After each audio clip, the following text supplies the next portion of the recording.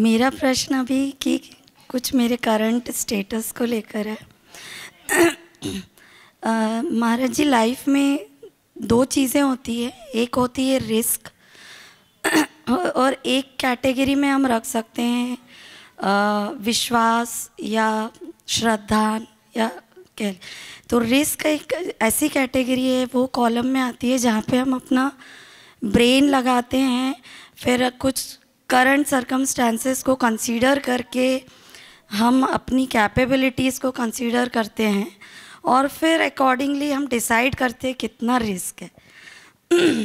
और विश्वास एक ऐसी चीज़ है जो कहीं से हम कह सकते हैं गट फीलिंग, जहाँ अंदर से लगता है कि ठीक है, वी कैन डू इट।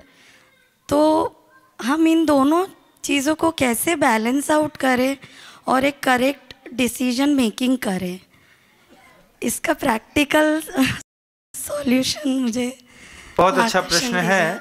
इसका हम एक प्रायोगिक समाधान देते हैं जी। हमारे अंदर साधु बनने का विश्वास नहीं था, लेकिन हमारे अंदर इस बात का विश्वास था कि गुरुजी जो करेंगे सही करेंगे। मैंने गुरुजी से जाकर के एक ही चीज़ कही, हमें तो विश्वास नहीं है कि हम ये महाव्रत पाल पाएंगे, हमें विश्वास नहीं है कि हम कृष्णोच कर पाएंगे। अगर आपको लगता है कि हम कर पाएंगे तो आप आशीर्वाद दीजिए। और गुरुवर ने बस एक ही चीज़ कही मुस्कुरा करके, हम हैं, तुम चिंता नहीं करो। गुरुजी ने बस एक ही बात कही थी, हम हैं, आप बिल्कुल भी चिंता नहीं करो, सब अच्छा हो जाएगा। गुरुजी ने एक एक करके संकेत दिए, मैं जैसा जैसा कहता हूँ बस वैसा वैसा करते चले जाना है, हाउ एंड वाई नहीं लगाते। बस इतना शब्द गुरुजी का था। तो मुझ में मेरी खुद की शक्ति पे विश्वास नहीं था, लेकिन मुझे मेरे अपने गुरु की शक्ति पे विश्वास था। इस विश्वास के सहारे हमने रिस्क लिया। विश्वास बढ़ेगा पहले, वो विश्वास ही आपको किसी भी प्रकार की रिस्क लेने की प्रेरणा देगा। जब मैंने एक बार अपने गुरुजी से कह दिया, अगर मान लीजिए जिनमार्ग का कोई अपमान होगा तो आप क्षमा करिएगा, तो गुरुजी बोले हम हैं ना, हम देख रहे हैं ना, आप चिंता नहीं करिए। और जब मैं आश्वस्त हो गया, जैसे छोटा सा बच्चा होता है, माँ के रहने पर वो आश्वस्त हो जाता है, ऐसे ही हम सबको अपने गुरु के रहने पर बिल्कुल आश्वस्त हो जाना चाहिए। गुरुजी ने बोला है ना, हो जाएगा। फिर गुरुजी जैसा जैसा बोलते चले गए, अब ऐसा करना है, ऐसा करना है और ऐसा करना है। जैसा जैसा उन्हें संकेत दिया, मैं वैसा वैसा लगातार पालन करता रहा। और आज मुझे अभी भी ऐसा लगता है कि इस चरम तक जो है मैं स्वयं नहीं पहुंचा हूं। आज भी मुझे गुरुजी ऊपर से निर्देशित कर रहे हैं और बोलते हैं अब ऐसा करना है और अब ऐसा करना है। यही समर्पण का भाव है, आपको रिस्क लेने के लिए प्रेरणा देता है। अदरवाइज हमारे मन की स्वयं के विभाव परिणतियां तो ऐसी हैं कि कोई आंख उठाकर भी देख लेता है तो हमारे चेहरा 6 घंटे के लिए मुरझा जाता है, लेकिन 24 घंटे तक मुस्कुराते रहना बिना गुरु की कृपा के कहाँ संभव होता है। और इतनी बड़ी बड़ी रिस्कें लेना भी बिना गुरु की कृपा के कहाँ संभव होता है। तो सबसे पहले हमको अपने गुरु के ऊपर विश्वास जमाना होगा, भगवान आपने बोला है ना, तो फिर हो जाएगा।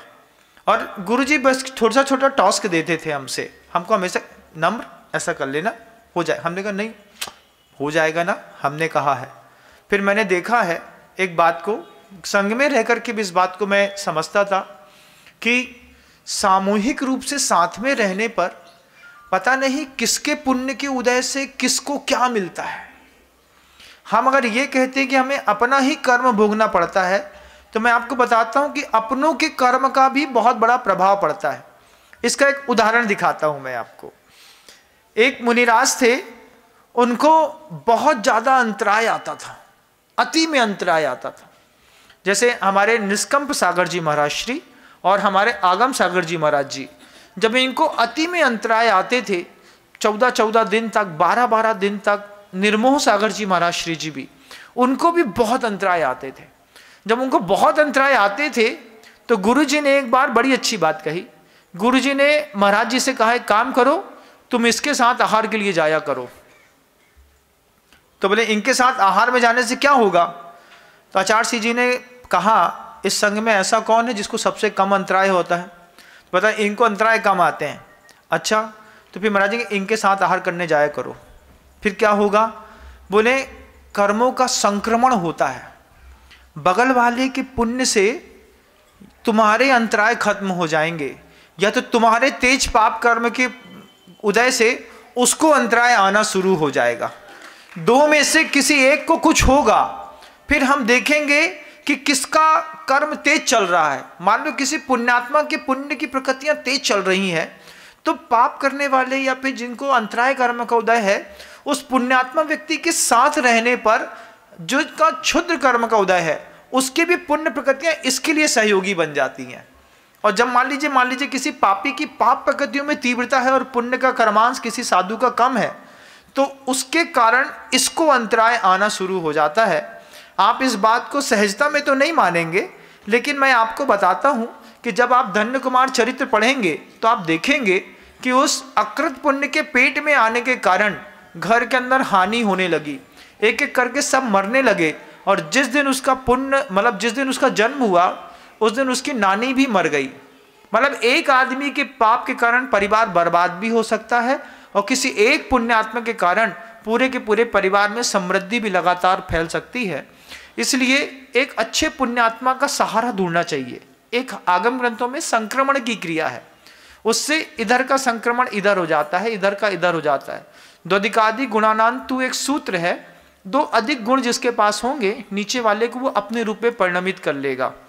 तो वैसे ही जब पापी और पुण्यात्मा का मैच होता है, उसमें से तो पुण्यात्मा कम होता है तो पापी का प्रभाव पुण्यात्मा पे पड़ जाता है, पुण्यात्मा का पुण्य तेज होता है तो उसके पुण्य का प्रभाव इधर पड़ जाता है। ये संक्रमण की प्रक्रिया भी बहुत गजब की है। हम सब जब कभी भी ऐसा कुछ लगे तो हमको किसी एक पुण्यात्मा को अपने पास रखना चाहिए। जैसे आप अभी अपन सब मिलकर के रह रहे हैं, तो अभी जब अपन 10-15 दिनों से लगातार यहाँ पर रह रहे हैं, आप खुद बताइए आपके परिवार का और आपके मन का माहौल कैसा है ना? अच्छा लगता है। सुबह से लेकर शाम तक चिंता रहती है, गुरुजी कहाँ हैं, क्या कर रहे हैं, क्या बोलने वाले हैं, क्या बताएंगे, कैसा उपदेश देंगे। तो एक का पुण्य काम करता है तो सब पे प्रभाव पड़ता है। एक साथ सब कोई बैड वाइब्रेशन भेजेंगे, और मान लीजिए मेरा पुण्य के कर्म कम पड़ गए तो आपका प्रभाव हमारे अंदर पड़ जाएगा। फिर हमें लगेगा यहाँ बहुत उदासी है, निगेटिविटी बहुत फैल रही है, अपन यहाँ से चलते हैं। जब मेरा जानने का मन कर जाए तो समझ लेना आपका प्रभाव ज़्यादा है, और मैं यहाँ रुका रहूँ तो समझ लेना कि मेरा प्रभाव आपके ऊपर ज़्यादा है।